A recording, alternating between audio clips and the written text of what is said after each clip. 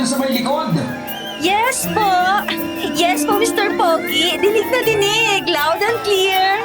Salamat sa iyo, magandang binibini. Walang anuman, Mr. Pogi. Hoy, ano ka ba? Nakakahiya. Nakikipag-flirt ka doon sa dayo? Ayaw mong pansin yung nagpapakyut sa'yo eh. Ay di sa akin na lang. Sulutin ko sa'yo. Puro kakalukuhan. Eto na hinihintay nating lahat. Ang resulta ng ating preliminaries. Pero bago ang lahat, hayaan niyo po muna na pasalamatan ko ang mga sumusunod. Si Kapitan... Tayo na, Mayan. Anong tayo na? Wala pang resulta oh. Ano pa bang aasahan? Bating na mananahin yung si Tessa. Kita mo naman ang palakpakan. Isa pa sigurado makakita ng city boy na yon ang pagiging amateur ko. Ay nako, nag-grand entrance na naman yan insecure vibes mo. Magtigil ka nga. Hindi ako insecure. Nagiging makatotohanan lang naman ako ah. Marami pa namang magiging contest dito sa atin. Mapapansin din ako. Hoy, Estrella. Kung palaging ganyan ang mindset mo, anong mangyayari sa'yo? Laging thank you next time na lang. Umayos ka nga. Akala ko ba gusto mo maging fashion designer? Oo naman, gustong gusto. Hindi man natupad ng Lola Gemma kung pangarap niya, gusto ko matupad yun para sa kanya. Ayun naman pala eh. Pumanumis ka dyan sa upuan mo at makinig sa resulta. Puro ka negativity eh. Pusyo! Alis pa sa mga espiritu ng negatibong enerhiya. At sa samahan ng kababaihan, pati sa ating lupong tagapamayapa, bago ko po sabihin ang mga napili, nais ko pong iparating sa lahat ng kalahok na kung hindi po kayo nakasama, huwag na huwag po kayong titigil sa pananahi at pagdidisenyo. Ang mga patimpalak po ay daan lamang para masubok ang inyong kaalaman at nang sa gayon ay maingganyo pa kayo na magsumikap na hubugin ang inyong kahusayan. At heto na ang hinihintay ninyo, ang 12 napili. Tatawagin ko base sa entry number nila. Contestant number 21, 13, 7, 5, 3, 18, 24, 4, 10, 33. Nako, nakaka-excite. Lord, please. Makasama naman sana si Esther. Last two. Ang isa ay si contestant number 11. Sabi na makukuha si Tessa. Kahit pa matagal na siyang tumigil sa pananahi, iba din ang hagod at hapit na isang bating mananahi. Sus, kopya-kopya na lang sa fashion magazine ang ginagawa niyan eh. Ipupost akong kagandahan at alindog ko. Numero mang susunod na tatawagin. Wala na yan. Tayo na. At ang uli, contestant number 26. Sabi na sa'yo eh! Oo ha? Ibang klase ang alindog ko. Si ganda ng pananahi mo.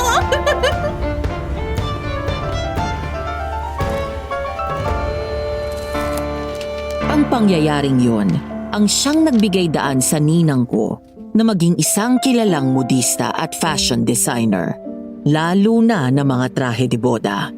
Ang lokal na patimpalak na yon ay nangyari isang araw ng Mayo, 2 dekada na ang nakalilipas, sa isang barangay na napapaligiran ng kalikasan, ngunit hindi naman pahuhuli sa kaunlaran. Maalinsangan ang temperatura na sumalubong sa akin ngayong madaling araw ng Mayo 13, 2025. Kabi-kabila ang pagputok ng mga nanalong kandidato dito sa lugar namin. Dahil hindi na ako makatulog, ay pinili ko na lang na makinig sa ilang bagong uploads nyo. Doon ko naisipang sumulat sa inyo at ibahagi ang karanasan ng ninang ko. Dear Aswang Diaries and Madam Venus, pakitago nyo na lang po ako sa pangalang Cecil. Ito po ang istorya ng ninang ko na itatago ko sa pangalang Esther.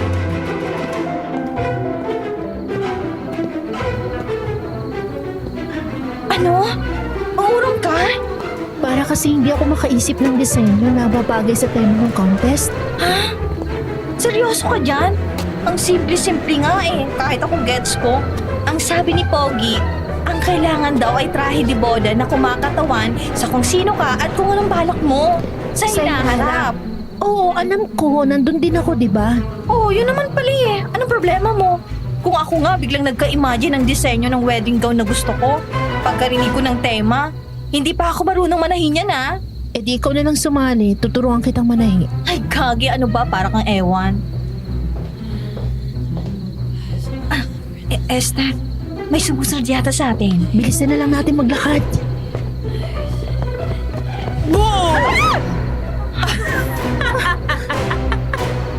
Nakakatawa kayo. Tessa? That's Miss Tessa for you, my dear. Pero dahil mga probinsyana nga pala kayo, pwede ng Tessa. Ate Tessa, may kailangan ka ba sa amin? Tessa! Hindi Ate Tessa, hindi Tisang, lalong hindi Aling Tessa. Tessa lang. At anong kailangan ka dyan? Ako? May kailangan sa isang amateuristang kagaya mo? Nagpapatawa ka ba? Kung ganun, ba't mo kami sinusundan? Hindi ko kayo sinusundan. Nakaharang lang kasi kayo sa dadaanan ko. Hayan po, kamahalan. Dumaan na po kayo. Pasensya na po ha. Naharangan namin kayo.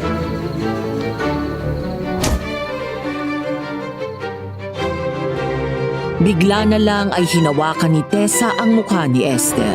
Nitingnan siya nito sa mata.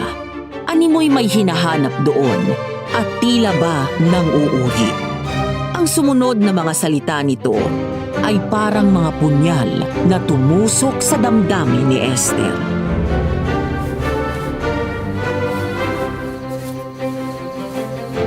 Payo lang, iha. Kung duster lang ang balak mong dalhin sa contest, huwag na. Iligtas mong sarili mo sa kahihiyan. Duster?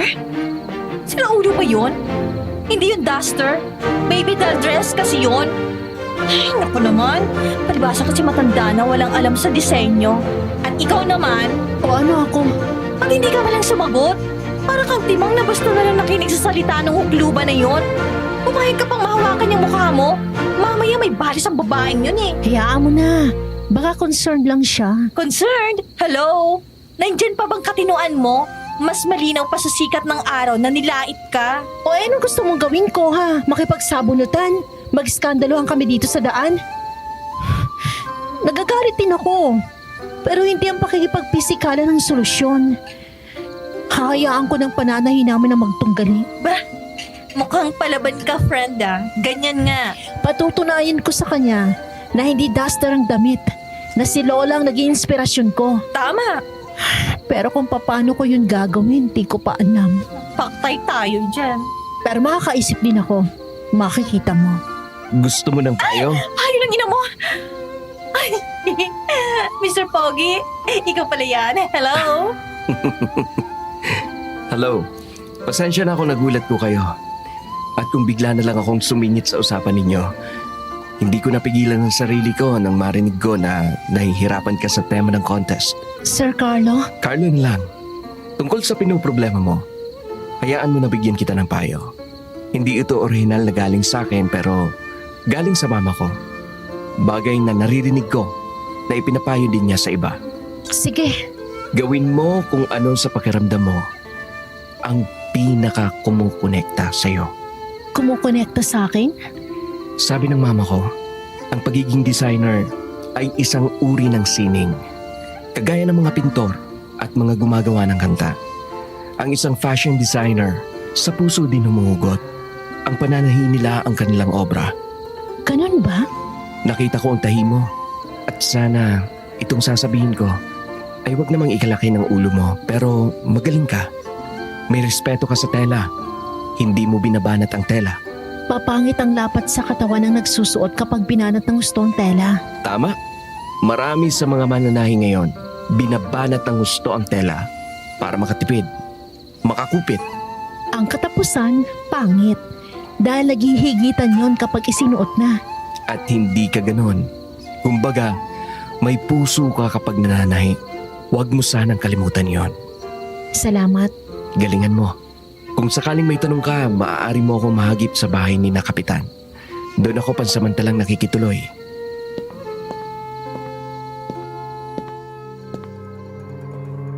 Damit pangkasal. Isa sa ilang damit na may mahalagang papel sa buhay ng isang babae. Paano nga ba ang gagawin niya? Ilang araw na ang lumipas, wala pa din siyang mapili sa mga nagawa niyang disenyo. Datna't panawa na siya ni Mayang. Pero nandun pa din siya sa parehong pwesto niya. Ang kanyang lamesa sa panahian. Sa loob ng panahian, sa harap ng bahay na minana niya sa lola niya.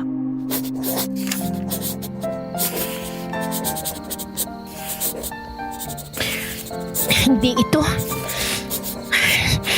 Maganda nga ito. Pero magugustuhan ba ito ng makakakita? Sapat na bang ganda nito para matalo ko si Tessa? Hindi. Hindi ito sapat. Ito ba? O ito kaya? O baka naman ang isang ito? Hindi. Hindi pa rin. Lola, tulungan mo naman po ako. Gusto ko po matupad ang pangarap mo, ang pangarap natin. Nais ko po na mapatunayan ko sa iba na magaling kang modista. Na naturuan mo ako ng tama.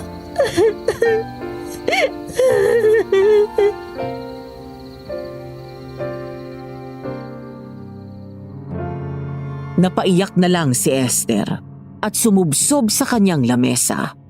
Gusto niyang may patunayan.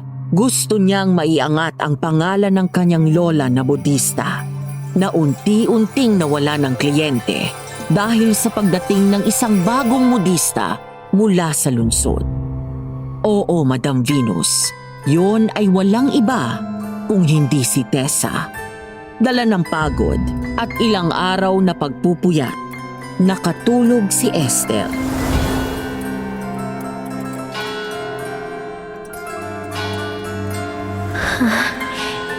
May isa na namang dumating.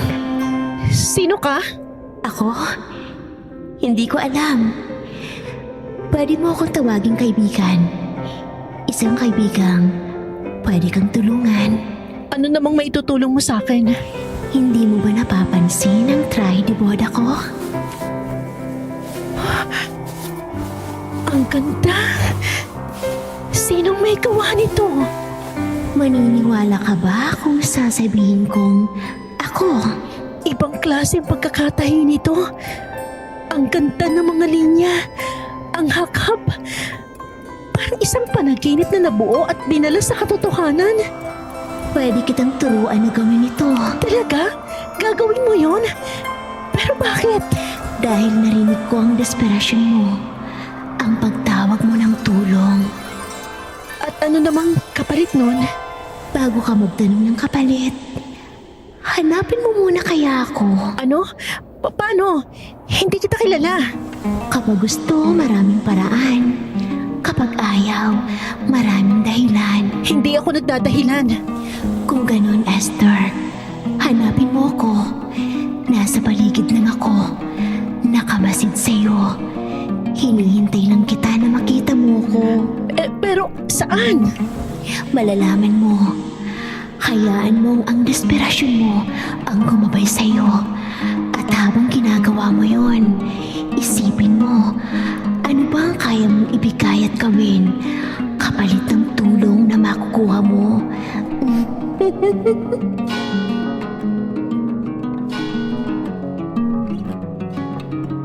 Isang magandang babae na nakasuot ng bonggang damit pangkasal ang nagpakita kay Esther. Isang trahe de boda na ubod ng ganda. Para kay Esther, tila ba nangungusap sa kanya ang damit. Iniengganyo siya na gawin ang lahat ng kaya niya upang makagawa ng isang obra na hahangaan ng lahat. Naramdaman ni Esther ang kakaibang pagkasabik. Parang bigla siyang napuno ng inspirasyon at gusto na agad ng kamay niya ang manahi.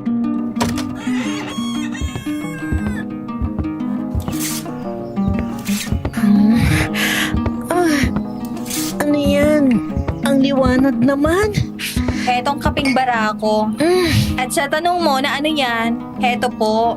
Pinapasingaw ko ang panahian mo, mahal na ermitanya. Ilang araw ka na nakakulong dito ha. Makakatulog ka pa ba ng ayos? Ang may tao ng shop mo? Oo. Natutulog-tulog naman. Girl, katapat lang ng bahay mong bahay namin. Ilang gabi ko nang napapansin na palagi may ilaw itong panahian mo, kahit 10 oras ng gabi. Abala lang ako sa paggawa at pag-iisip ng designs. Seryoso? Hindi pa ba sapat ang mga ito? Halos kalahating rim na ng bond paper itong nagamit mo, oh. Oo. Pero hindi pa din ako masaya. Ha? Pero ang gaganda na ng mga to, ah. Hindi. Hindi pa din yan sapat para matalo ko si Tessa. Alam mo, kailan ka huling naligo? Medyo amoy daing ka na. Daing? Oo, na may sukang pinakurat. Ano? Tsaka ano ba yan, oh? Ang lagkit na ng buhok mo. Ang laki na din ng eye bags mo. Pwede ba magpahinga ka na muna?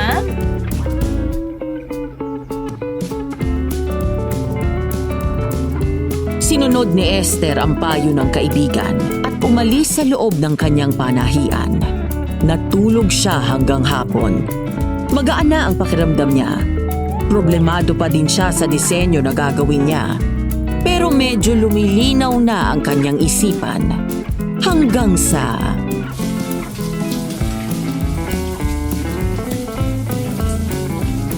Kailangan maganda ang train. Siguro, harap tubig na dumadaloy habang naglalakad sa pasilyo. O kaya habang humahalik yung sasakyan. Anong nalaglag? Wala naman ah.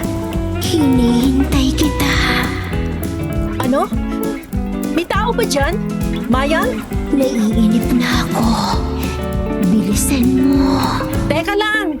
Heto nga oh, tapos na maligo. Mayang? Bakit? Ano meron? Oh, nasaan yun? Ay! Ba't ka ba nang gugula? Saan ka galing? Eh, naisipan ko ibili tayong dalawa ng halo-halo. Ayan, no? Bakit nakatapis ka lang ng tuwalya? Balak mo maging sex star? Nasa banyo ka kanina, di ba? Sabi mo naiinip ka na kaya pinilisan ko. Friend, inaantok ka pa ba? Kababalik ko lang.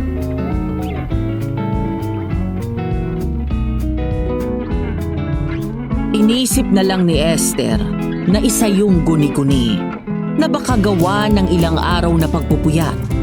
Dahil doon sa nangyaring maliit na kalituhan, nag-alala si Mayang para sa kanya.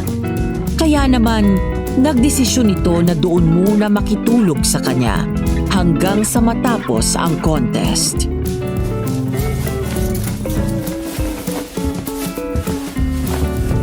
Anong sinabi mo? Dito muna ako. Aasistihan na muna kita. Habang lutang ka pa dyan sa contest na yan. Hindi mo kailangan gawin yon. Paano yung small business mo? Wala akong isasweldo sa'yo. Kaibigan kita, Esther. Daig pa natin ang magkapatid. Kulang na nga lang manggaling tayo sa iisang sinapupunan eh. Walang halagang pera sa pagitan nating dalawa. Salamat, Mayang. Kaya sige na, magdisenyo ka na. Ipakita mong tunay na gawa ni Esther sa mga tao.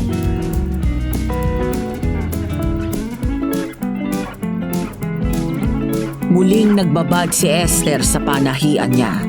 Si Mayang ang nag-asikaso ng bahay at ang pangunahing pangangailangan nila, katulad ng luto, laba at linis ng bahay, hanggang sa isang gabi.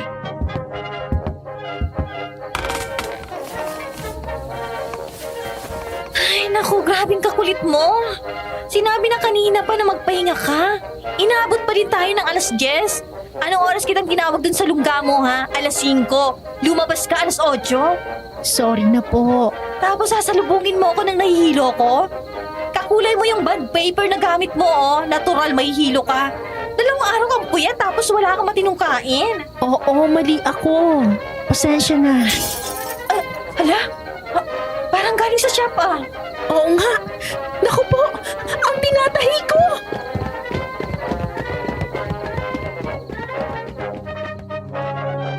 Agad na pinuntahan ni Mayang at Esther ang patahian. Malansa ang paligid. na may bakas na parang amoy asupre. Panay ang tahulan ng aso. Doon, inabutan nila ang isang nilalang na ubod ng itim ang balat. May mahahabang kuko at berdeng mga mata. May buhok na kulot at kulukulubot na mukha. Gamit ang matalas na kuko, sinira noon ang damit na nakasuot sa manikin. Agad yung nanakbo pagkakita sa kanila.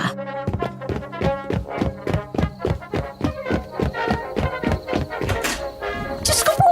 Anong nilalang yan? Ay, naku! Sinira talagang tinatahi mo, Esther! Ang panahian ko! Talagang pinagsisira ang mga bintana! Masaklahan! Sinisilip na tayo ng mga osisero at osisera, oh! Carlo? Nasaktan ba kayo? Hindi naman. Aba, nagiging madalas yata ang mga ganitong pangyayari. Lolo Isko, ano pang ibig niyong sabihin na nagiging madalas? Nitong mga nagdaang araw, matapos na mailabas ang resulta ng preliminaries, sunod-sunod ang mga nangyayaring pag-atake sa mga kalahok. Palaging ang target ay ang mga tinatahing damit.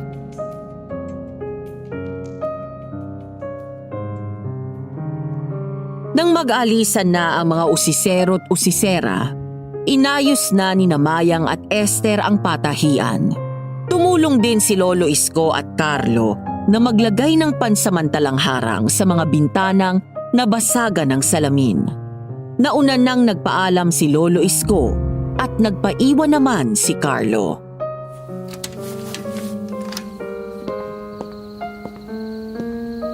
Okay lang ba kayong dalawa dito? Dadalwa lang yata kayo sa bahay. Gusto niyo bang samahan ko kayo? Hindi na. Pero salamat sa concern mo. Sa bagay, hindi nga naman magandang tingnan kung tutuloy ang lalaking tulad ko sa bahay na dalawang babae ang nakatira. Hindi naman sa ganun. Kung sumama na lang muna kayo sa akin, doon kina Kapitan. Nag-aalala talaga ako sa inyo eh. O wag na. Magiging okay din kami ni Mayang. Sige. Pero kung may problema, huwag kayong mahihiyang sumigaw ng tulong ha? Oo, sige. Bye-bye, Mr. Pogi! Salamat sa pagtulong, ha? Bakit hindi ka pa pumayag? Mukhang sincere naman yung pag-aalala ng tao. Di naman dahil sa hindi ako naniniwalang sincero siya. Pero isipin mo, siyang sponsor ng contest. Kung halimbawa, tanggapin natin ang pagmamabuting loob niya at manalo ako, o anong iisipin ng mga tao? Oo, tama ka nga. Hindi ko naisip yun. Pero wala ba namang kahit konting dating sa'yo si Mr. Pogi? Sa pagkakaalam ko, siya yung tipo mo, diba? Matangkad, chinito, maputi, nakasalamin, mabait pa. Mayang, hindi ko kailangan ng distraction ngayon. Oo, alam ko. Kailangan mong gumawa ulit ng padron, magsukat at maggupit ulit ng tela. Hindi lang yun ang problema ko, Mayang. Eh ano pa? Nawawala ang lahat ng disenyo na ginawa ko. Ano?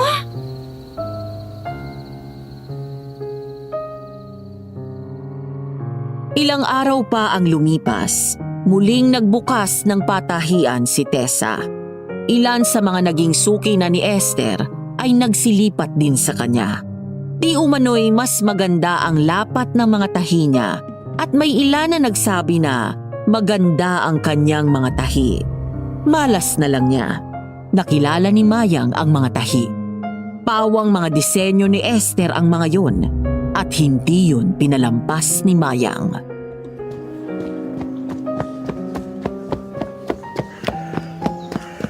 Ibalik mo mga disenyong ninakaw mo! Hoy! Mabigat na bintang yan! Mayang, ba't ka nagkukulo dito sa pwesto ni Tessa? Itong ukluban na to, hindi lang inaasa mga kliyente mo, ninakaw pa mga disenyo mo! Wala kang pruweba! Yan mismo mga tinahi mo! At yung trahe de bola na nasa manikin mo!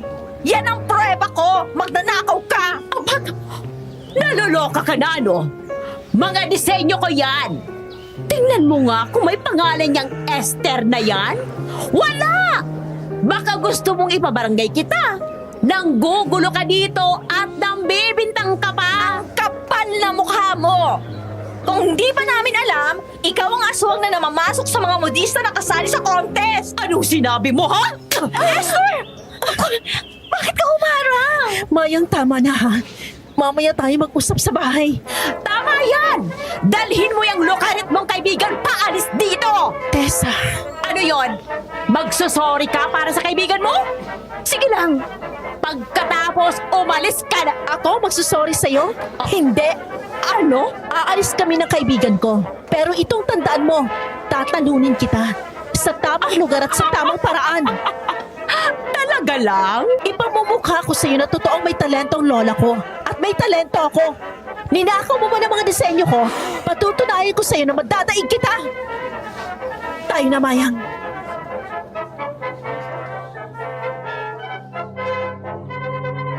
Ngunit ang totoo, Madam Venus, wala siyang kahit anong natirang disenyo noon. Start from scratch, sabi nga. Pero hindi niya yon pinahalata sa kaibigan niya. Hanggang sa magabi, matapos ang hapunan,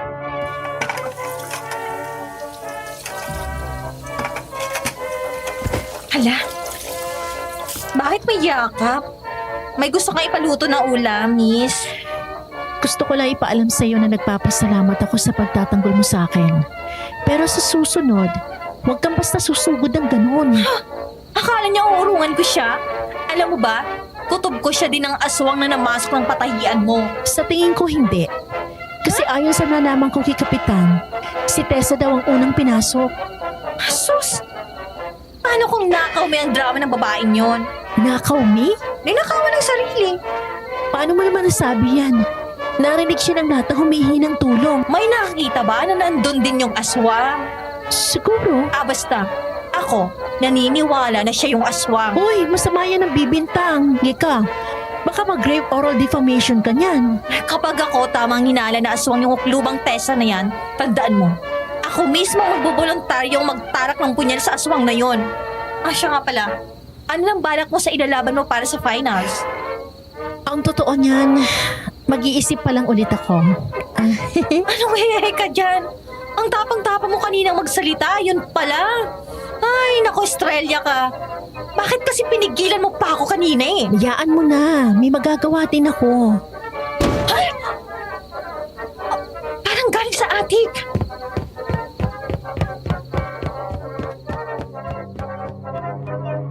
alas 10 ng gabi, isang kalabog ang narinig ni Esther at ni Mayang sa atik ng lumang bahay na minana ni Esther sa lola niyang modista.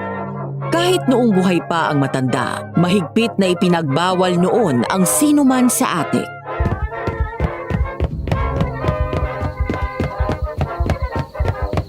Ay, nakakagulat. Ano kaya yun? Parang gigibain ang side ng second floor. Daga siguro? Huwag na lang natin pansinin. Ano yung mga daga dito? Sing laki ng leon, lalamunin tayo nun. Ala, parang may naglalakad. Oo nga no. Parang pabalik-balik ka. Tara, tingnan na natin.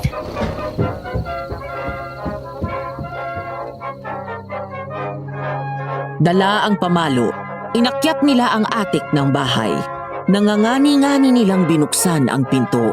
Habang palapit ang kamay ni Esther sa siradura ng pinto, naalala niya ang mahigpit na bilin ng lola niya na huwag bubuksan ang atik.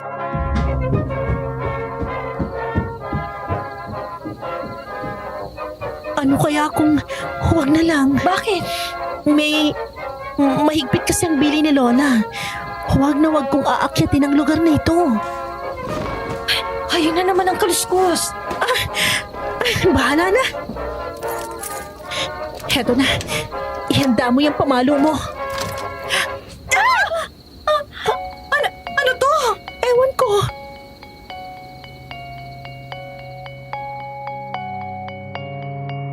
Isang kwarto na puno ng mga patong-patong na kahon ang sumalubong sa kanila. Ang sinag ng buwan na mula sa bintanang bilog ng atik ang nagsilbing liwanag nila. Sa may bandang sulok ay may ilang gamit na may takip ng tela. At ang kaluskos na inakala nilang naglalakad ay sanga pala ng mangga na nakukuskus sa dingding ng atik.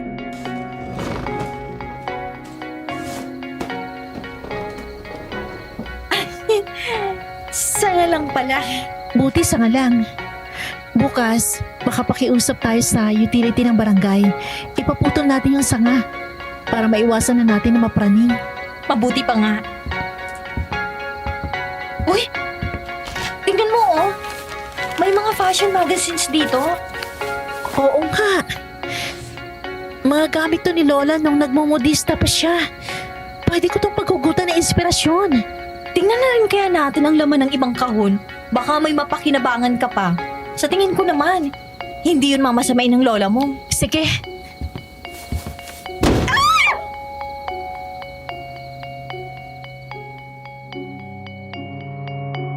Abala sila sa paghalungkat ng mga kahon nang maramdaman nila na tila may bumagsak na kung ano sa likuran nila. Paglingon ng dalawa, nakakita sila ng isang babae na nakasuot ng kumpletong damit pangkasal. Gumuhit sa kalagitnaan ng gabi at sa katahimikan ng atik ang pili ng dalawa. Girl, sabihin mong nakikita mo ang nakikita ko. Oo, isang babae nakatripod at may belo pa ang nakatitig sa atin. Multo ba yan? May multo ba dito sa bahay ng lola mo? Hindi ko alam. Sino ka? Bakit ka nandito? Anong pakay mo sa atik ng lola ko? Libanin mo, girl. Libanin mo. Sisindihan ko ang ilaw. Sige, sino ka sabi? Paano ka nakapasok? Ayaw mong sumagot, ha? Makikita ka na namin ngayon.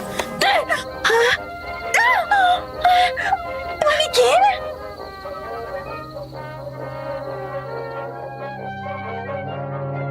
Ang kinatatakutan nilang dalawa, manikin pala. May suot yung kumpletong damit pangkasal. Belo pa lang, kita na kung gaano kaingat ang ginawa ng tumahi.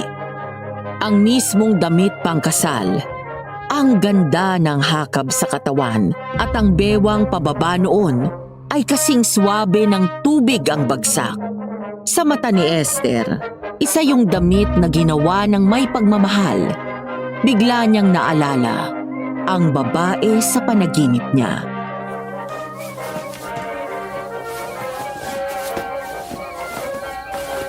Wow! Ang ganda naman ng wedding gown na ito. Diba? Gawa yata ito ng lola mo para sa'yo. Hindi. Kahit kailan, hindi gumawa ng damit pangkasal si Lola. Ipinangako niya yon. Ipinangako? Bakit daw? Alam mo na lahi kami ng mga modista, di ba? Oo, nabanggit mo na yun minsan. Sabi ni Lola, may nangyari daw sa kanya nung kabataan niya. Sa kagustuhan niya makilala ang kanyang galing, sumali siya sa isang patimpalak. Long story short, sumobra si Lola. Ilang araw na pala siyang hindi nakakain. Muntik na siyang mamatay. Ay, grabe. Paano doon nakaligtas ang lola mo? Ang alam ko lang, pinaalbularyo siya. Parang sa intindi ko, pinakapit muli ang bait niya. Bait? Katinoan ang isipan. Ay, Mukhang uulan. Buti pa ilak na uli natin ang atik. Bumaba na tayo. paano yung trahe de boda? Hayaan ko na muna yan dyan. Saka na lang.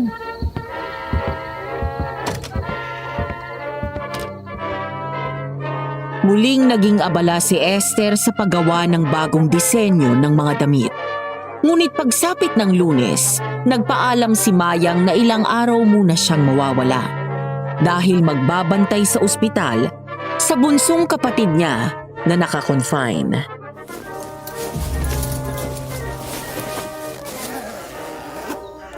Tatlong araw lang ako mawawala May mga pagkain na akong iniwan dyan sa ref mo. Ipapainit mo na lang. Sige.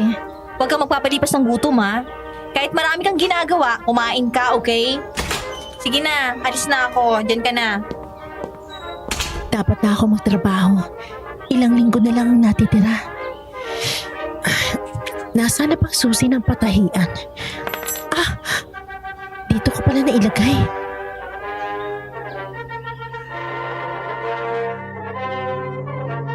Puno ng determinasyon, muling binuksan ni Esther ang kanyang panahian. Maayos na yon at nakabitan na ng salamin sa bintana. Bitbit ang mga lumang fashion magazine na pag-aari ng lola niya Masaya niyang binuksan ang pintuan para mabigla sa nakita.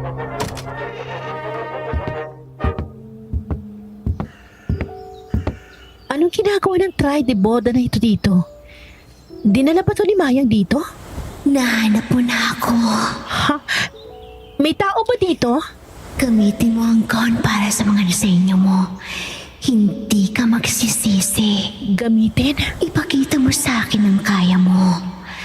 Patunayan mo sa akin ang determinasyon mo. Oo. Patutunayan ko yan sa'yo. Magkasama nating durugin si Tessa. Oo. Magkasama nating durugin si Tessa.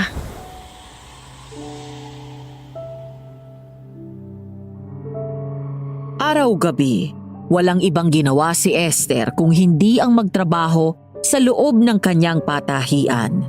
Hanggang sa dumating ang 3 araw, naubusan siya ng sinulid. Kulang na din siya sa tela. Parang wala sa sarili na umalis si Esther para bumili ng kanyang mga kailangan.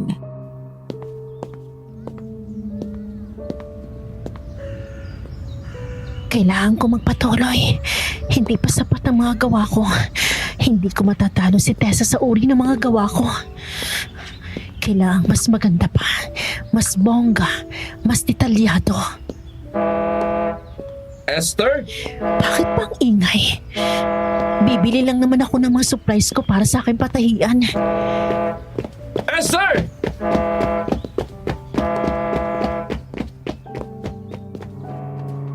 Muntik nang mabundol ng sasakyan si Esther. Mabuti na lang nakita siya ni Carlo. Tinakbo siya nito at iniwas sa kapahamakan. Sakto naman na nakabalik na si Mayang mula sa pagbabantay sa kapatid niya sa ospital. Nakita nito ang pangyayari.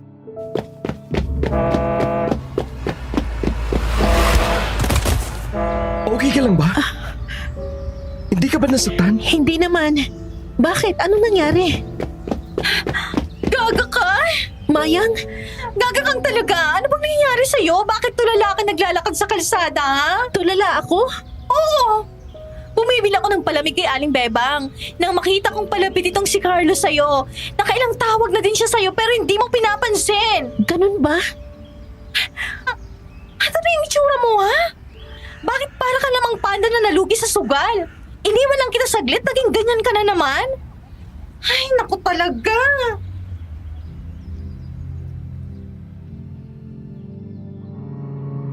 Nang masigurado ni Carlo na ayos lang si Esther, hinatid na sila nito sa bahay. Bago sila nito iniwan, ay puro bili nito tungkol sa kahalagahan ng kalusugan ng katawan at isipan para makagawa ng maayos. Pag-alis ng lalaki, saka naalala ni Esther ang nais niyang itanong sa kaibigan.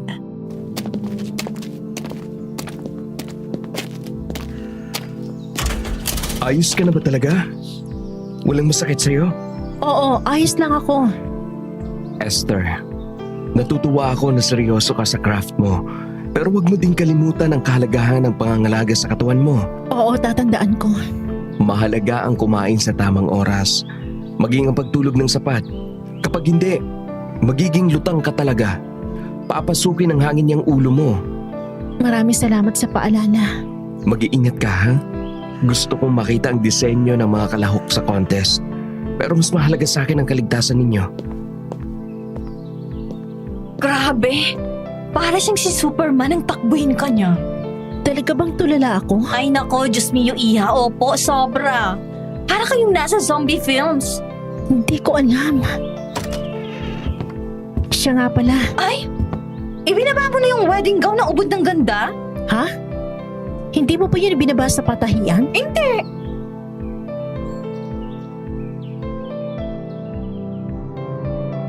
Ginapangan ng kakaibang lamig si Esther. Kung hindi si Mayang ang naglabas noon sa patahian niya, sino? Nang gabing yon, nagdesisyon si Esther na wag munang magtrabaho sa patahian niya dahil nakaramdam siya ng takot sa trahe de boda. Parang may kung ano yun at sa pakiramdam niya, mauulit na naman ang nangyari noong nagdaang mga gabi. Wala siyang kontrol sa sarili.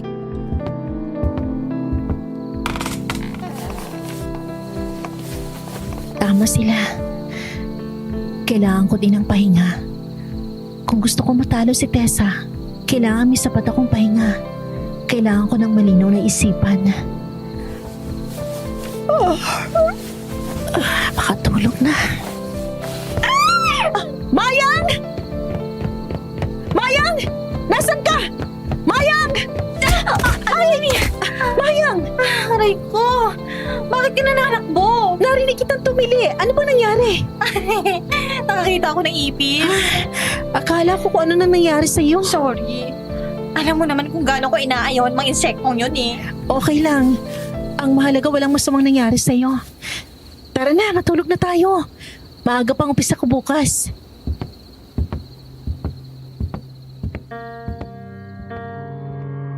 Katulad ng nakasanayan na ng dalawa, magkatabi silang natulog. Pero iba ang gabing yon para kay Esther.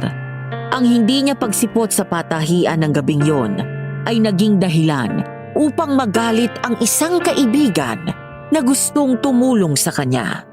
Sinalubong siya nito na mainit ang ulo sa kanyang panaginip.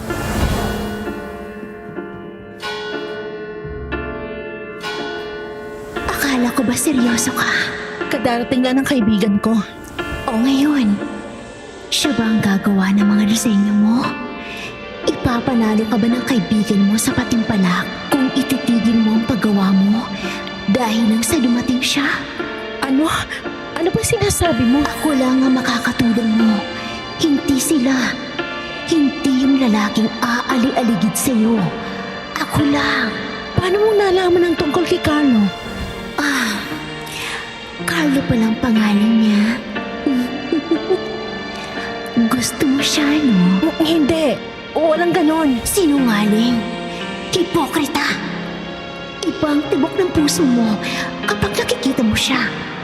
Lalo na kapag malapit siya. Paano? Alam kong lahat sa'yo, Esther. Alam ko. Pero alam ko din na hindi yun ang talagang nais mo.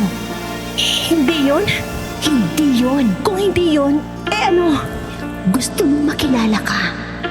Gusto mong mapatunayan na magaling ka. Gusto mong malaman ng iba ang kakayanan mo.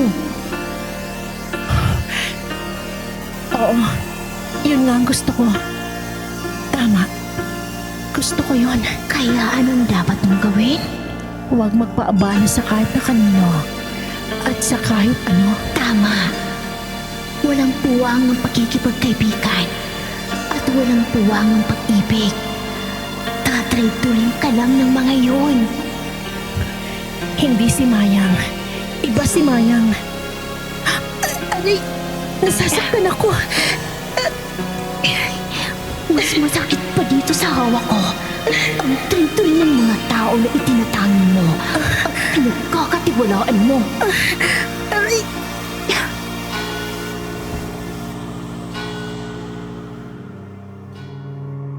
Mahigpit siyang hinawakan ng magandang babae sa pulsuhan. Ramdam niya ang higpit noon. Nakaramdam siya ng pangingimay sa kanyang kamay. Tinambol ng kaba ang kanyang dibdib. Nang maramdaman niya na may umuyugyug sa kanya, siya ay nagmulat ng mata. Nakita niyang nakatingin sa kanya si Mayang at hawak siya sa magkabilang balikat. Bakas ang pag-aalala.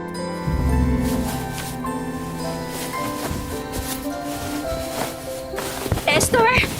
Esther, gising! Mayang! Mabutit na gising ka na. Kanina ba kita gigising eh. Puro ungo lang isinasagot mo. Tapos minsan ka nagmulat, puro puti ang mata mo. Ano?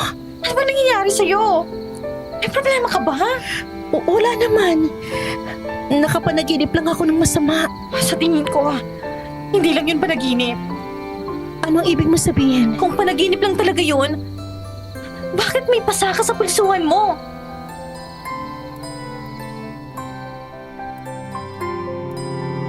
Dahil sa pag-aalala ni Mayang kay Esther, nakiusap ito sa kaibigan na wag na munang manahi. Pumunta sila kay Lolo Isko, na isa sa pinakamatandang albularyo ng kanilang lugar.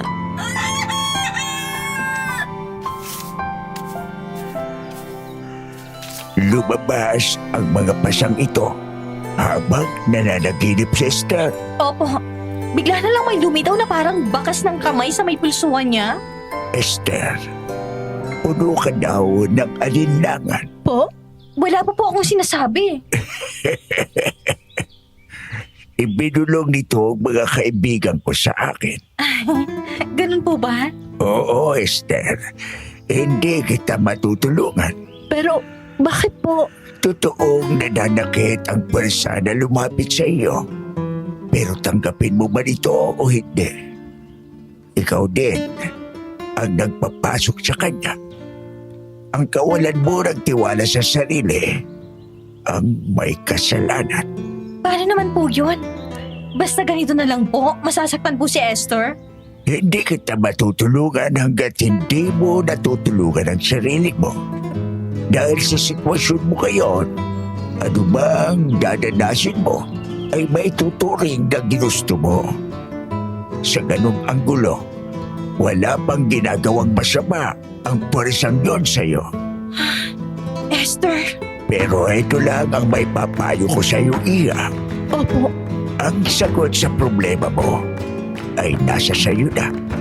Handa kitang tulungan sa tamang pagkakataon. Sa tingin ko na may malaki ding bagay si Maya. Pero lahat ng ito ay nagkakaroon lang ng katuparan sa oras na bukas na ang iyong isipan. Bukas naman po ang isipan ko. Bukas ang isipan mo sa maraming bagay. Maliban sa isa. Tapos na ang usapang ito. Pero huwag kang mag-alala. Sa oras na kailangan mo ang tulong, darating yon para sa iyo. Salamat po. Isang payo lang ini. Ano po yun? Layuan mo ang trahe ni Boda na yon. Kung alam mo ang makabubuti sa iyo, may mabigat na dahilan ang lola mo. Kaya niya itinago yon. Dahilan po? Dahil sa isang sumpa. Ano pong sumpa? Lolo Isko! Nandyan po ba kayo? Abay, yung dayo yata yun. Bakit kaya? Pagbuksan ninyo ng gate, yung dayo. Lolo Isko, madali po kayo. Ipinapatawag po kayo ni Kap. Anong nangyari? Isang dayo po kagabi na nakisaya sa binyag ang natagpo ang walang buhay. Hinihinala po na inatake ng aswang.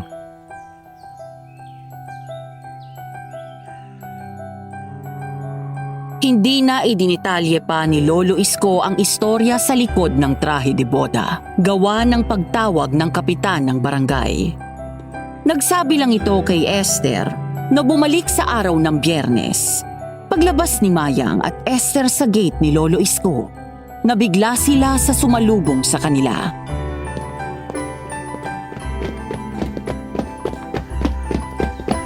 anong problema yun nang babato kayo ng asin? Mga baliw! Anong sinasabi niyo ha? Anong aswang?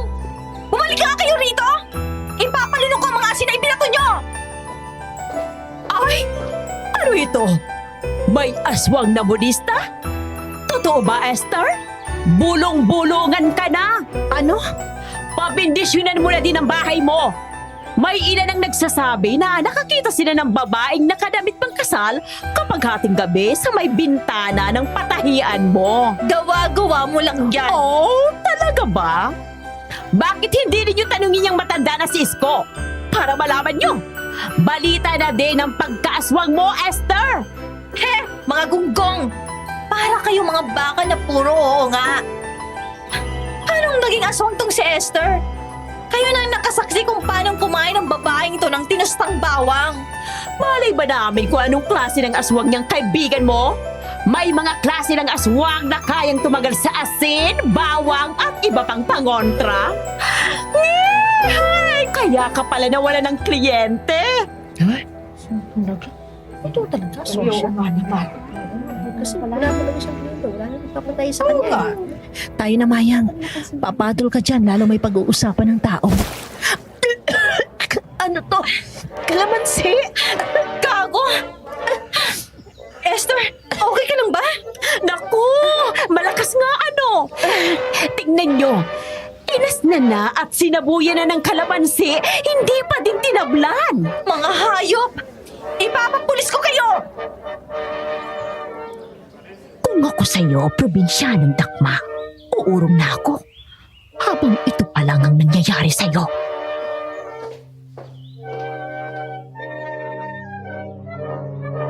Hindi alam ni Esther kung paano sila nakauwi. Basta ang alam lang niya, may tumawag ng barangay kaya nag-alisan ang mga tao. Pabalik sila sa bahay, ay walang tigil ang pagtalak ni Mayang. Habang siya naman ay hati-hati ang isipan sa kung ano ang dapat gawin. Dapat ba niyang sundin ang payo ni Lolo Isko o isugal niya ang lahat? Madurog lang niya si Tessa.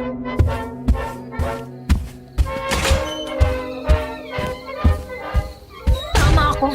Ang bruhangang yun ang nagpapakalat ng kung ano-anong chismis tungkol sa'yo at sa bahay na to. Mayang, pabayaan mo na lang. Oh, saan ka pupunta? Magpapahangin. Baka sakaling lumamig ang ulo ko.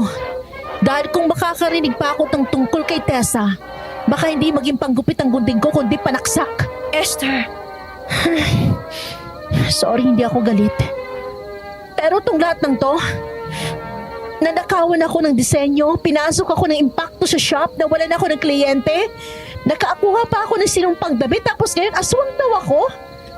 sorry. Nakakainis lang. Kahit naman siguro ikaw magagalit, diba? Kaya nga. Pero hindi ibig sabihin nun papatol na ako. Diyan ka na muna. Babalik din ako.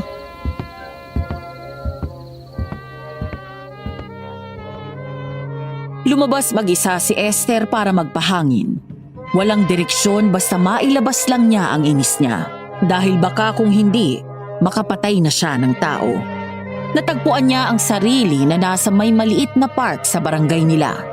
Pasalampak siyang naupo sa swing.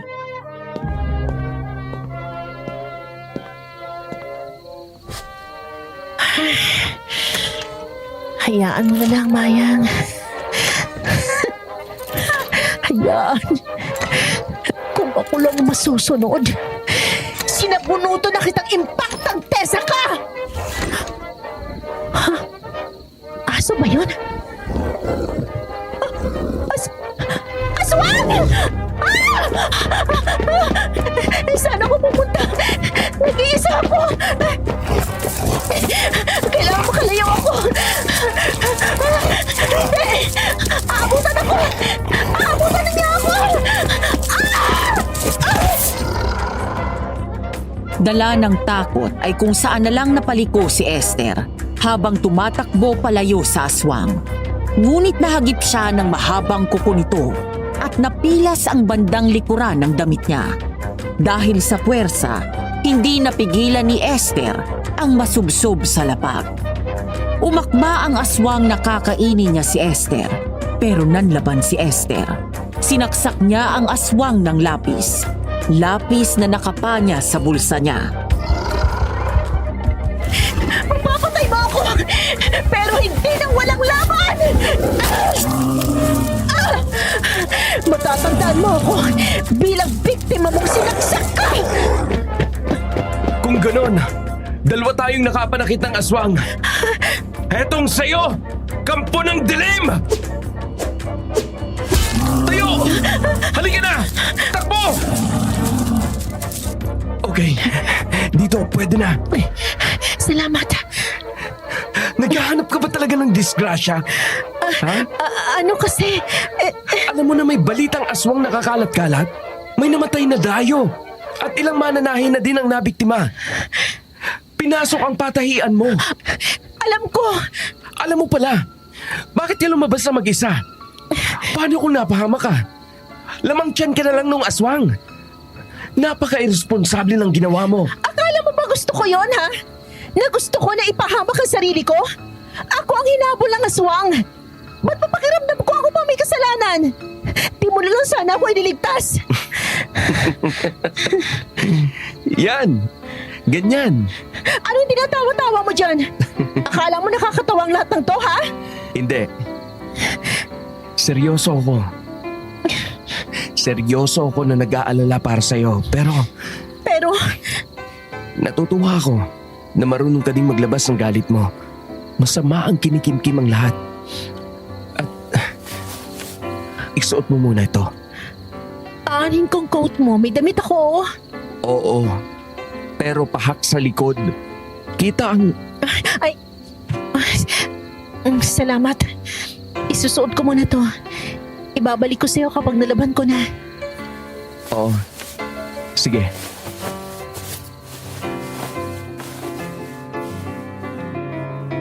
Kinabukasan, umugong ang balita na inatake ng aswang si Tessa. Nagkagulo ang mga kulto niya. May iba na nanghagis pa ng burak sa shop ni Esther. Sa bintang na inutusan nito ang aswang para atakihin si Tessa.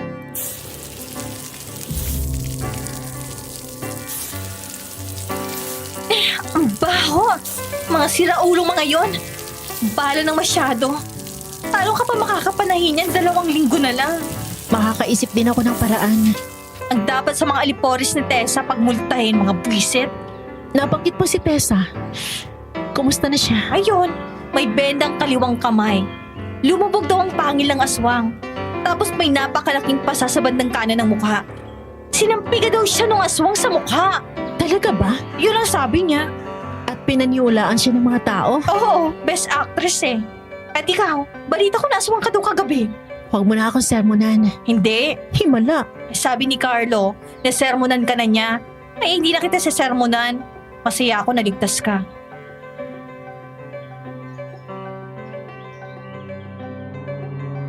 Ngunit hindi isang masayang pangyayari ang dumating kinagabihan. Nagpaalam saglit si Mayang kay Esther. Naubos ang gamot ng kapatid nito at kailangan na mabili noong gabi ding yun.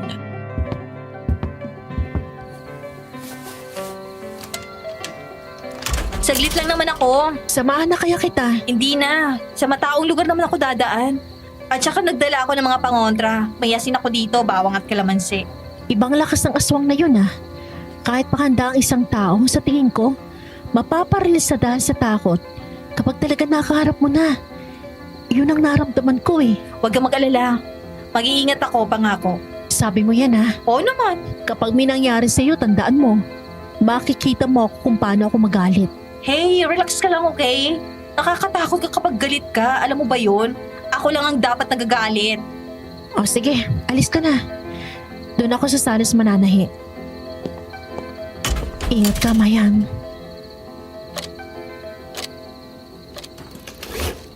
Parang ang tagal na ni Mayang.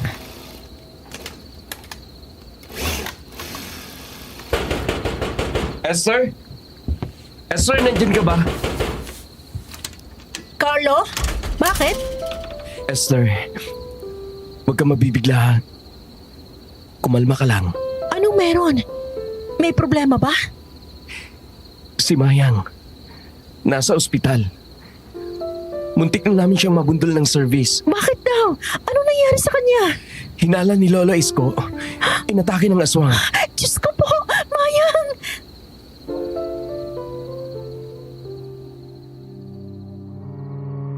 Hindi naman malala ang sugat ni Mayang, pero nagtamo ito ng ilang sugat, gasgas at pasa. Medyo naipitan ng ugat ang bukong-bukong nito at kailangan ng ilang linggong pahinga ng braso niya dahil napilipit yun. Nang magkausap ang magkaibigan, ikinuwento ni Mayang ang nangyari sa kanya nang gabing inatake siya ng aswang.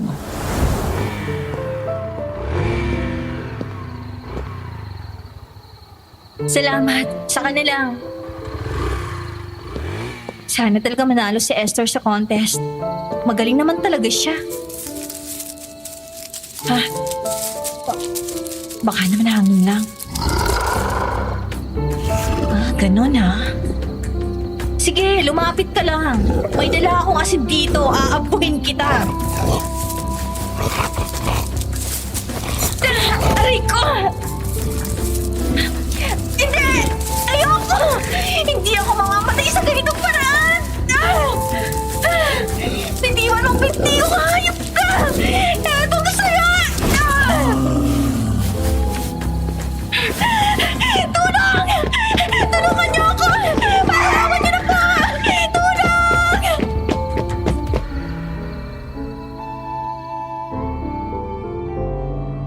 muntik nang mabundol ng sasakyan si Mayang. Humarang siya sa kalsada para mapahinto ang sasakyang dumadaan. Mabuti na lang ay sina Carlo pala at Mang Isko ang sakay noon, kasama ang kapitan ng barangay.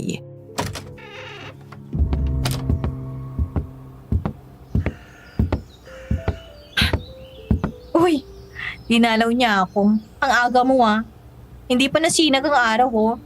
Kumusta naman ang pananahi natin? Mayang, anong nangyari sa'yo? Bakit naman ikaw pa? Buhay pa naman ako. Ano ka ba? Huwag kang mag-alala. Hindi ko patatawarin ang gumawa sa'yo nito. Lintik lang ang walang ganti. Esther, nakinig ka sa akin Kung ang sasabihin mo lang sa akin ay hindi dahas ang solusyon, baka maghurumentado ako dito. Kumalma ka. Maraming paraan para maiganti mo ako. At saka, hindi ba din naman natin alam kung sino ang aswang, di ba?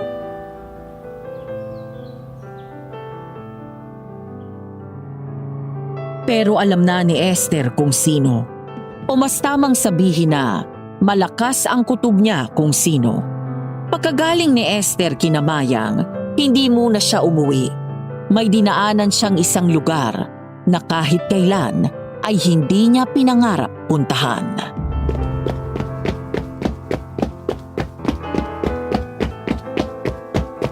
Ang aga mo Susuko ka na ba? Anong problema mo? Ano tanampal ka? Gusto mo na bang mamatay, ha? Ikaw ang problema ko, nasalot ka. Ba't ako nananampal? Kulang pa yan sa mga kasalanan mo. Kung hindi ko lang kailangan ng mga kamay ko, gagamitin ko mga to sa'yo eh. Dudurugin ko yung mukha mo! Bastos ka! Wala kang respeto! Ang laki ng tanda ko sa'yo! Respeto? Ikaw pa talaga? Huwag ka magpapatawa. Hindi karapat dapat sa'yo respeto. Anong sinabi mo?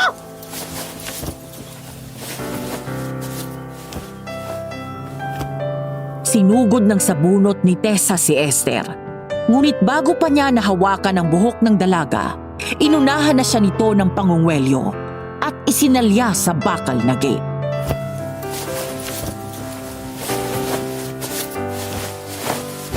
Mananabunot ka ba? Ha? Mananabunot ka? Lukalo ka! Oo! Naluloka na ako, gawa mo! Inaano ba kita? Inano ka ba ni Lola, ha? Anong pinagsasasabi mo? Inano ba kita? At bakit pati ang lola mong patay na ay isinasali mo pa? Alam ko na sinulot mo ang mga kliyente ni Lola. Alam ko din na siniraan mo siya. Napakahayop mo! Nasaan ang patunay mo? Wala! Oo, wala! Pero alam ko na ninakaw mo mga disenyo ko. At ikaw din ang nanugod sa akin ng gabi. Yun mapapalampas ko. Pero hindi ang ginawa mo sa kaibigan ko! Hindi mo kayang patunayan yan! Oo, hindi nga! Pero alam ko na ikaw yon. Dahil sinaksak ko ng lapis ang kaliwang kamay ng aswang. At sa kanang bahagi ng mukha naman, nahataw ng 2x2 si Carlo yon. Iingat ka kung ganon. Baka lapain kita. Subukan mo lang. Makikita mong hinahanap mo. Wala sa bokabularyo ko ang salitang takot. Magpupuputa ka man dyan, hindi ako tatablan. Maaari nga wala sa bokabularyo mo. Pero bakas sa mata mo. Tandaan mo ang araw na to. Tessa, hindi kita uurungan. Isisiwalat ko din ang kawalang hiyaan mo at ang lihim mong pagkatao.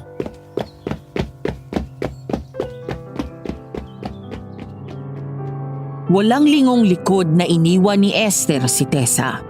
Dumiretso siya sa bahay niya, puno ng determinasyon na binuksan ang patahiang ilang araw niyang iniwasan. Ang babala ni Lolo Isko tungkol sa sumpa ay kanyang ipinagsawalang bahala.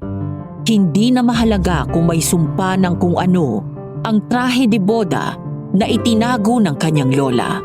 Ang mahalaga ay kung alin ang makakapagbigay ng bagay na kailangan niya.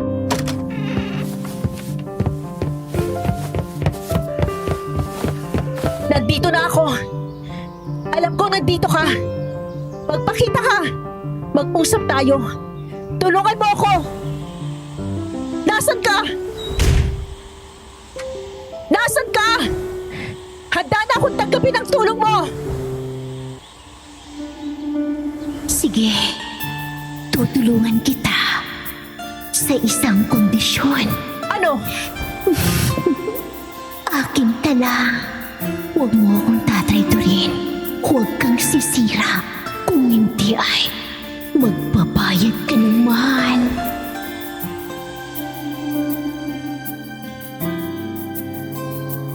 Mula ng araw na yon, hindi na nakitang lumabas ng patahian si Esther. Lumalabas lang siya para kumain. Hindi na din niya ulit nadalaw pa si Mayang. Maging ang pagtulog ay hindi na rin niya nagawa. Basta kung papanawan siya ng ulirat, doon na lang siya sa lamesa niya. Makalipas ang 5 araw.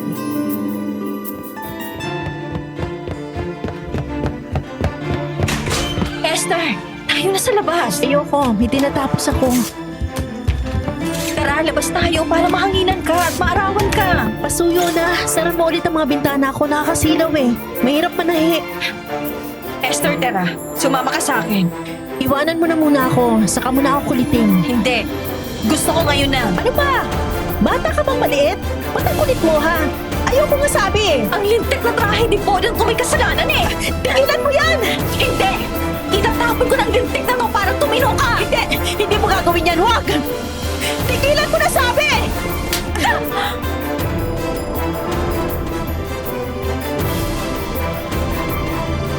Nang masampal ni Esther si Mayang, natigilan ito.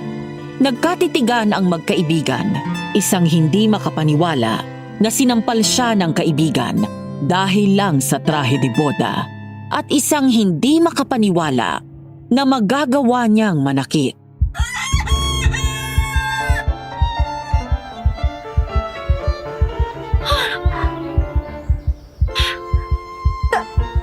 Talaga lang?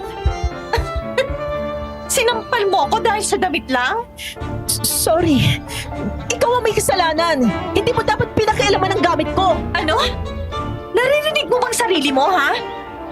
Tumingin ka na ba sa salamin? Nakakatakot na yung itsura mo. Parang isang tintang itim na lang ang kulang ng kulapa mo. At susunduin ka na ng nakaitim na may kare? Wala akong pakialam. Ang mahalaga sa akin, matapos tong disenyo ko. Esther, ano ba? Hindi ikaw to!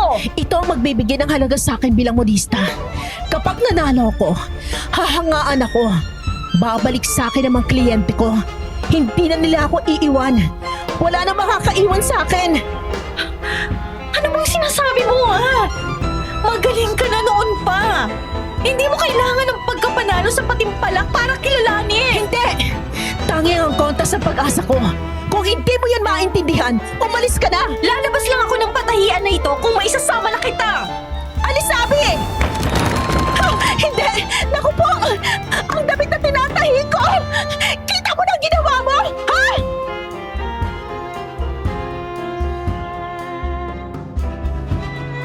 Ngunit sa halip na magalit, marahang lumapit muli si Mayang kay Esther at niyakap ito. Nagpumiglas man ang kaibigan, hindi yon binitawan ni Mayang. Marahan niya itong kinausap.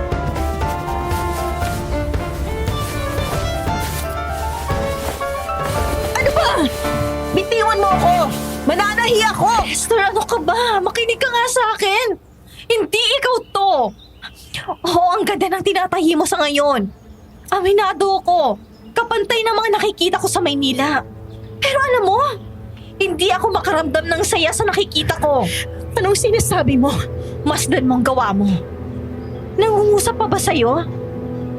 Sabi mo nun sa akin kapag nananahi ka, iniisip mo ang kalalabasan nun ng magsusuot at hindi ang itsura ng damit lang mismo. Ang nagsusuot? Oo, di ba? Yun ang sabi mo sa akin. Layon mo na makatulad ang lola mo na palaging nagpapangiti ng mga tao na tumatanggap ng tinahing damit. Oo. Tama.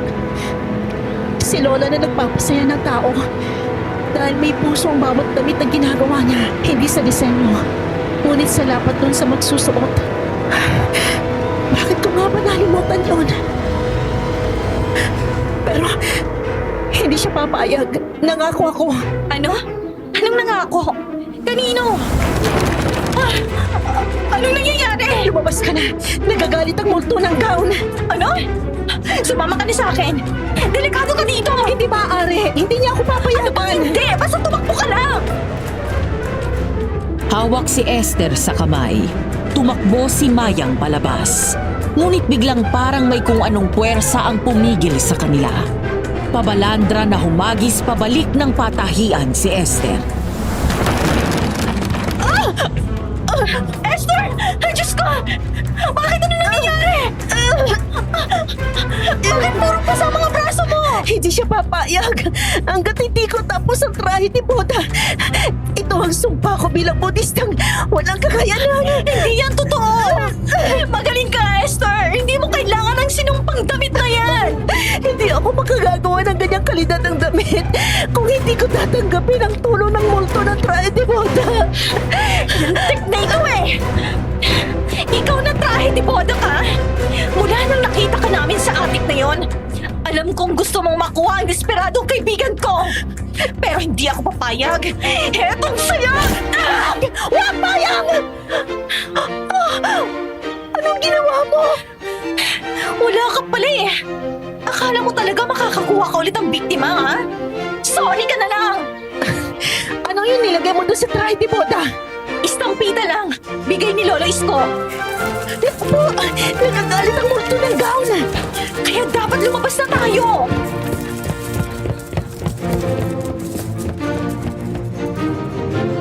Sa pagkakataon na yun, nagtagumpay si Mayang na mailabas si Esther sa shop.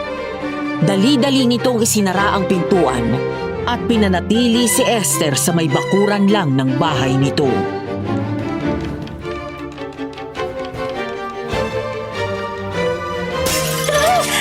Grabe!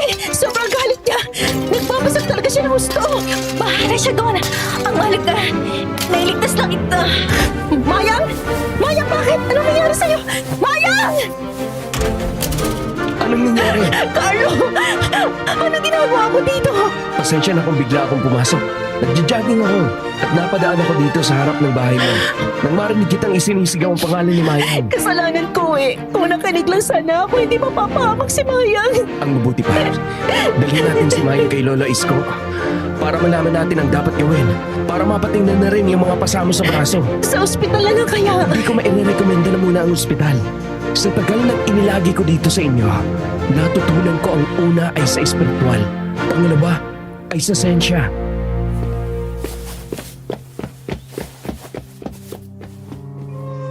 Dinala nga nila si Mayang kay Lolo Isko at nalaman nila na naubusan lang ng enerhiya si Mayang dahil gumamit ito ng pangontra sa multo. Hindi kinaya ng kasalukuyang lakas ng katawan ni Mayang ang singil.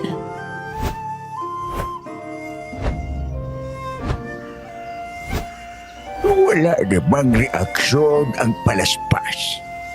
Ibig sabihin, hindi na ganoong katindi ang kapit sa iyo. Ganun po ba?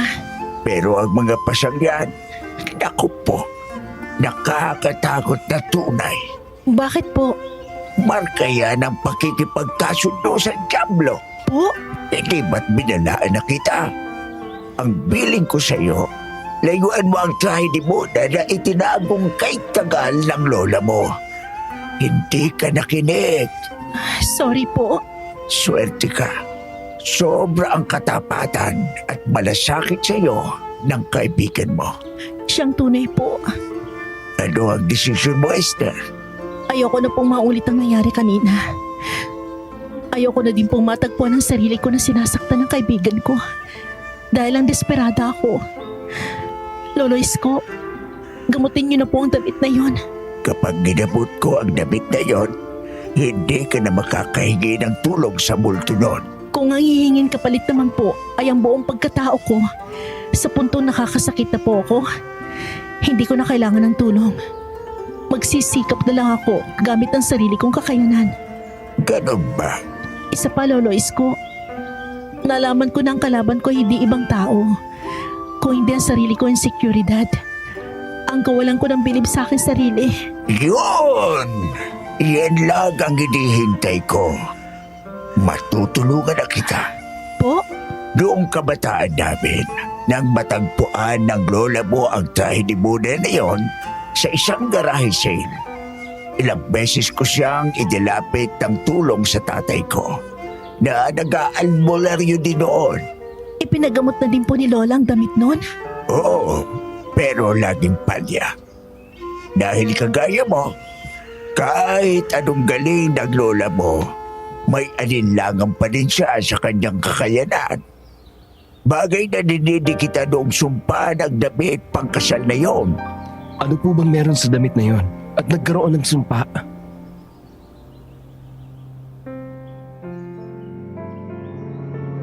Ikinuwento sa kanila ni Lolo Isko ang istorya sa likod ng trahe de boda. Isang albularya na maladiwata ang ganda at isang makisig na dayo ang nagkagustuhan sa isa't isa. Hindi naglaon ay nagkayayaan ng magpakasal ang dalawa. Dahil isa ding magaling na modista ang albularya, tinahi niya ang pangarap niyang trahe de boda. Ipinagtahi din niya ng damit ang kanyang kaibigang modista na bridesmaid niya. Ngunit sa araw ng kasal,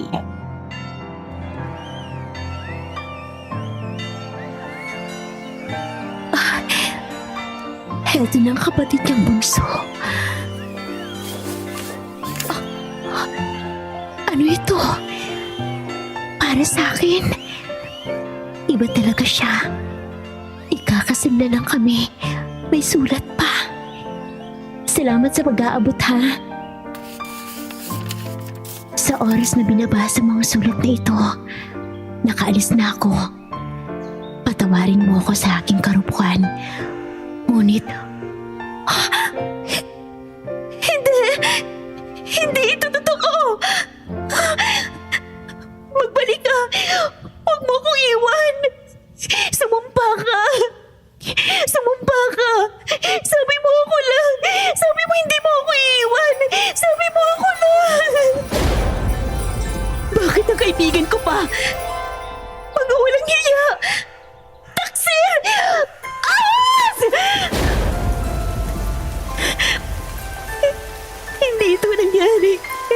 Hindi ito totoo. Sa damit na ito, nagkaroon ng katuparan ng mga pangarap namin. Sa damit na ito, mabubuhay ako. Ito ang buong buhay ko.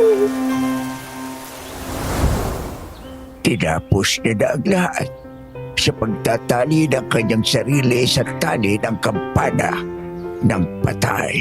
Naku po! Mayang! Salamat sa Diyos at gising ka na. Buhay pa naman ako. Huwag kang mag-alala. Mabutit okay ka na, ganda. Pinag-alala mo ng gusto ang kaibigan mo. Ikaw ha, Mr. Pogi. Kung may balak ang ligawan itong kaibigan ko. Wala. Pero kung papayag siya na pakasal. Ha? Ang ibig kong sabihin, Ako na mismong papatay sa'yo kapag ipinagpalit mo ang kaibigan ko sa akin. malabo. Tawasin man ako. Salbahe!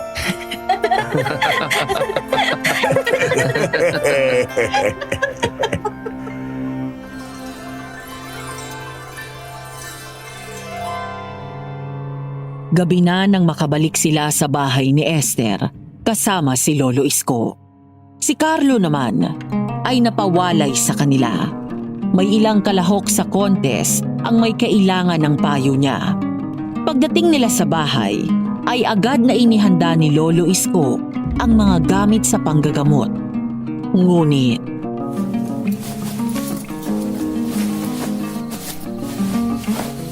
Ito ang itim na kandila. Ang laki nito. Singtaba ng badelang kawayan ah. Pagtawag yan, ititirik natin yan sa magkabilang tabi ng trahe ni Muna para mapalabas natin ang kaluluwa ng albularyang budista. Naku po, Sus Marius po, mukhang nagkagala na naman ang aswang. Ayan. Naku po! Pinapasok na naman ang patahian ko! Bitawan mo mga damit na yan! Aswang ka na nga! Magnanakaw ka pa! Bumalik ka dito! hindi. Pati pala ikaw, Esther, ay nabiktima din ulit. Anong ibig mo sabihin? Kaya pala may mga kasali sa contest na pumunta kay Nakap at hanap ako. ay dahil pinasok na naman sila ng aswang. Sinira ang mga damit nila na isasali sa contest. 7 na ang umurong. Kahit naman ako, kung lagi na lang akong nananakawan, uurong din ako.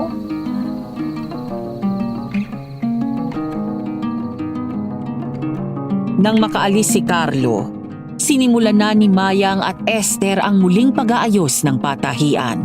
Si Lolo Isko naman ay nakitulong para mapabilis dahil kailangan pang harapin ang sinumpang trahe de boda. Ngunit nang handa na sila para gamutin ang naturang damit,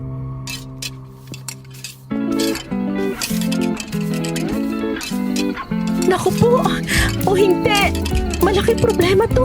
Anong problema? Ang tripod may sumpa! Nawawala! Naku po, dalinti ka na tayo dyan. Malaking problema.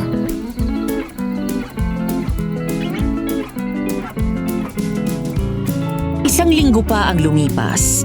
Nakatapos si Esther ng damit pangkasal na kanyang ipapasok sa contest. Iba yung estilo noong trahe de boda na nagawa ng modistang albularya. Pero hindi pa huhuli sa husay at ganda. Ang sino mang makakita ay humahanga. May iba pang nagsabi na parang gusto nilang magpakasal kahit wala naman silang pakakasalan. Isang damit na nagbibigay inspirasyon. Ngunit 3 araw bago ang mismong patimpalak.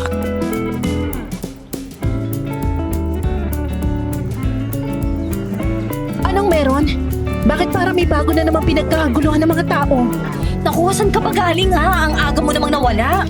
Bilang pagbawi sa iyo, dahil tapos ng entry ko sa contest, ako naman ang namili ng ating kakainin. Nagpunta ako saglit sa bayan. Eto may dala akong lugaw at pilipit. O anong balita? Ay, oo nga pala. Balita na nakapagtahi daw ng ubod gandang damit pangkasal ang huklubang si Tessa. Naku! Hindi. Mayang, hindi kaya... Yung sinumtrahe di boda ang nasa kanya at kinakanya niya. Ayoko magbintang pero... Oo, naiintindihan ko. Yan din ang pinag-aalala ko. Bilib na bilib ang mga kulto niya. Dahil daw 1 linggo na hindi lumalabas ng lungga niya si Tessa. At ayun nga, ipinakita sa tao ang nagawa di umano niya.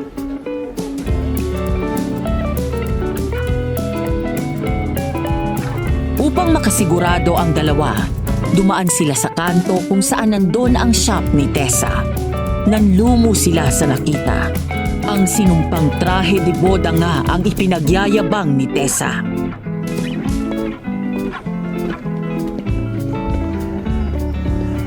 Ay, naku po, nalinti ka na.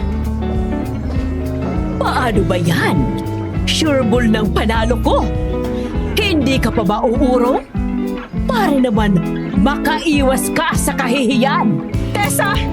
Alisin mo ang tripod na niya sa pag-aari mo. Hindi mo alam kung anong uri ng kadiliman ang dala niyan. Kadiliman? Esther, hindi mo alam kung anong kadiliman ang dala ko. Ako mismo ang kadiliman. Isang uri ng kadiliman na wawasak sa pangarap mo. Bilang isang kabarangay, isang kapamodista na din, pinapaalalahanan kita na huwag sa ganitong paraan ka lumaban. Hindi ka na nga patas sa umpisa pa lang. Huwag mo nang dagdagan pa ang bigat ng mga kasalanan mo. Ang tanging bigat lang na nakikita ko ay ang bigat ng pagbagsak mo. Dahil makikita mo ang layo ng abilidad nating dalawa.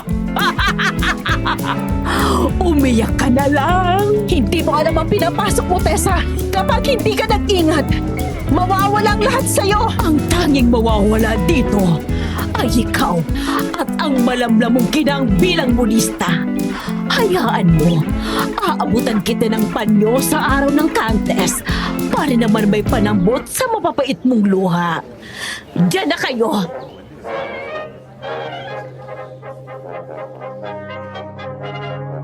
Gabi bago ang mismong patimpalak, ang 12 kalahok ay naging 5 na lang. Naging mas maugong ang siguradong pagkapanalo ni Tessa. Ilan sa mga umurong ay naging assistant ni Tessa sa shop niya. Si Carlo naman ay naging abala sa pagdalaw-dalaw sa mga modistang kalahok upang siguruhin ang mga bagay-bagay.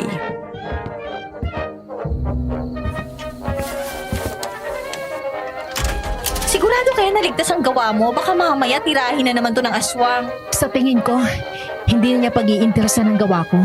Isa pa, may tiwala ako sa inihandang seguridad ni Carlo at ng barangay. Paano ka nakasisiguro? Hawak na niya isang trahe de boda na walang kapantay. Isa pa, naniniwala siya na siya nang mananalo. Ba't pa siya maninira ng iba? Ano? Ibig mong sabihin? Si ano? Hindi ka! Paano mo nalaman? Kailan pa? Nung sinugod niya ako minsan isang gabi, tapos sinabi mo na inatake din ng aswang si Tessa, masyadong nagkataon lang ang mga sugat niya. Bagay mga disenyo ko na sinabi niyang kanya. Kung gano'n, sabihin na natin para mapuksa ng aswang na yon. Sinong maniniwala? Kita mo na kahit ang kapitan natin bilib na bilib sa babaeng yon. Si Lolo Isko, maniniwala yun sa atin. Sa tingin ko alam na din niya eh. Pero dahil wala naman siyang pruweba, hindi din siya makakilos. Isa pa, kung isisiwalat natin ang tungkol sa pagkaaswang ni Tessa, masasayang lahat ng pagod ng iba.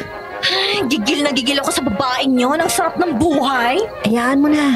Siya mismong sisira sa sarili niya, sa sobrang katakawan niya.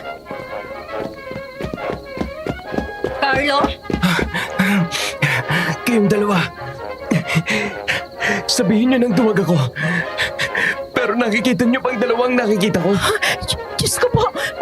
Multo!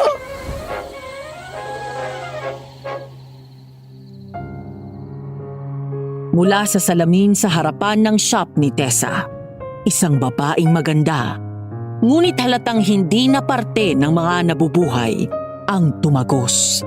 Nakalutang yun at nakasuot ng trahe de boda. Lumamig ang paligid at sumangsang ang hangin. Kabilaan ng pag-alulong ng mga aso.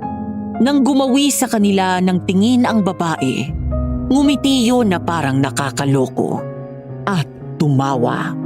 Pagkatapos ay biglang nawala.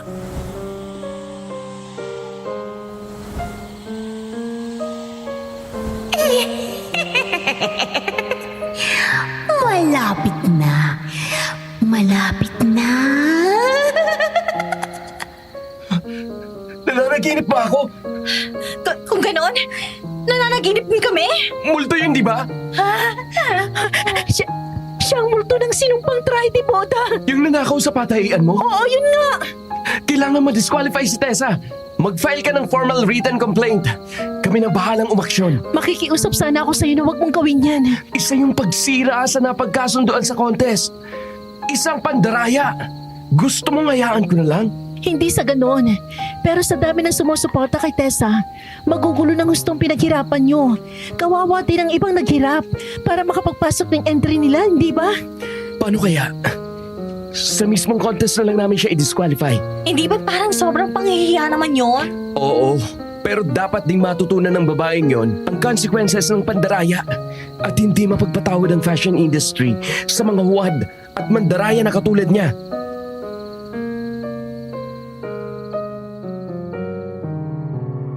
Gabi ng patimpalak, sa mata ni Tessa ay bakas ang kasiguruhan na panalo na siya.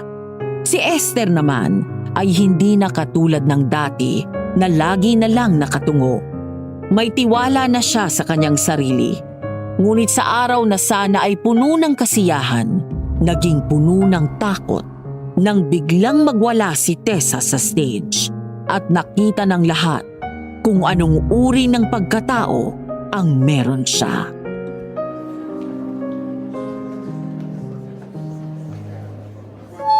Salamat sa lahat ng kalahok. Tunay namang napakaganda ng inyong mga gawa. Bago ang lahat, naisa na namin tawagin ang atensyon ni Tessa. Contestant number 11, mangyari lamang na pupunta ka dito sa harap. Contestant number 11, dinidisqualify ka namin sa sanang paggamit ng trahe de boda na hindi mo gawa. Hoy, wala, hindi pala siya magawa ng Grabe. entry niya. Ay, Ang ganda-ganda. sayang. Anong katarantaduhan ito? Gawa ko ang damit pangkasal na suot ko! Akin to! Akin! Marami pong saksi na makapagsasabi na nasa ibang patahian ang damit na yan. Mangyaring bumaba ka na sa stage. Maraming salamat sa pakikilahok mo. Hiling ko na huwag mo nang uulitin ang ganyang gawain sa susunod. Hindi! Hindi! Hindi ako papayag! Makikita nyo, humanda kayong lahat sa akin!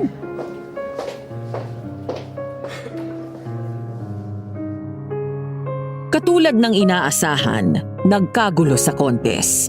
Kinailangan na i-cancel yon at makialam ang lupong tagapamayapa. Itinaboy ang mga tao at tanging ang coordinators at mga kalahok na lang ang natira sa covered court. Dahil doon, namigay na lang ng perang pampuhunan sa mga modista ang coordinators at nagpasalamat. Hindi makita si Tessa, ngunit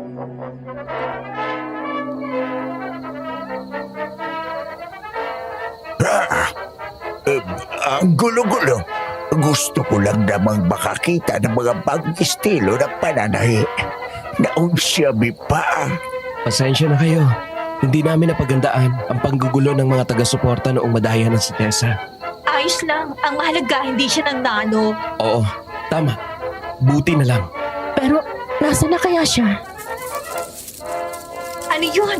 Hindi ano. Sino?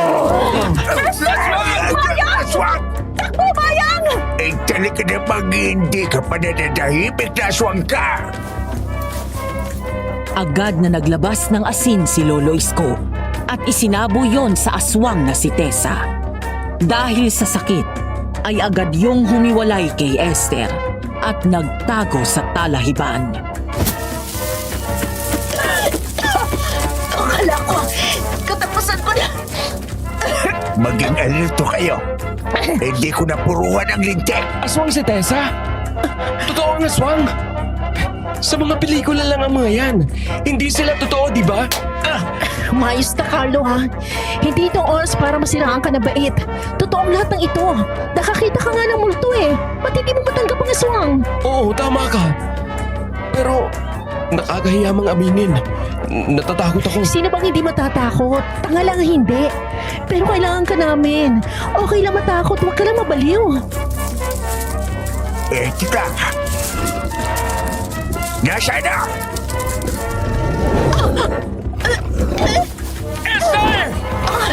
Bilis! Habang nalilibang siya sa pagpupumilit na kainit ako! Mamatay ka na! Ngayon na nalis ko! Esther! Ang kamay mo! Batala, sa inyong mga kamay, hinihiling ko po na parusahan ninyo ang makasalanan ito!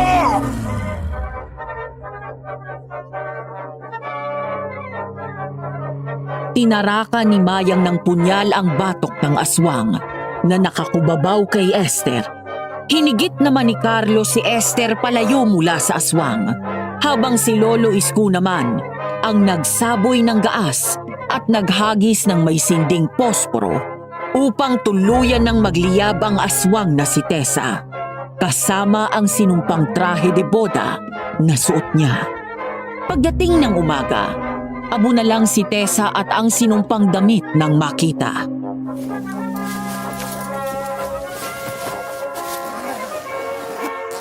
Handa ng lahat. Tayo na lang ang hinihintay. Oo, tama. Sigurado ka na ba? Bawal ang magkaroon ng alinlangan. Wala nang alinlangan. Tanging buo na loob na lang. Hindi ko maabot ang gusto ko kung mananatili ako dito kasama mga takot ko. Tama.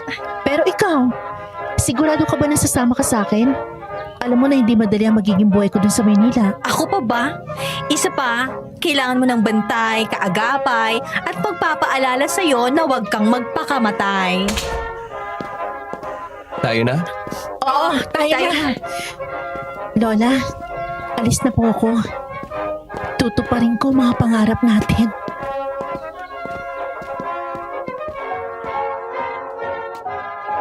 Sampung taon ang ginugol ni Esther upang matupad ang pangarap niya na maging fashion designer. Sa kasalukuyan ay makikita ang mga designs niya na naisusuot ng mga sikat na artista at mga politiko. Kung may isa akong natutunan sa buhay ng ninang ko na si Esther, yun ay ang maniwala tayo sa sarili nating kakayahan. Dahil minsan, wala tayong ibang kalaban kung hindi ang ating mga sariling pag-aalinlangan. Hanggang dito na lamang po, lubos na nagpapasalamat, Cecil.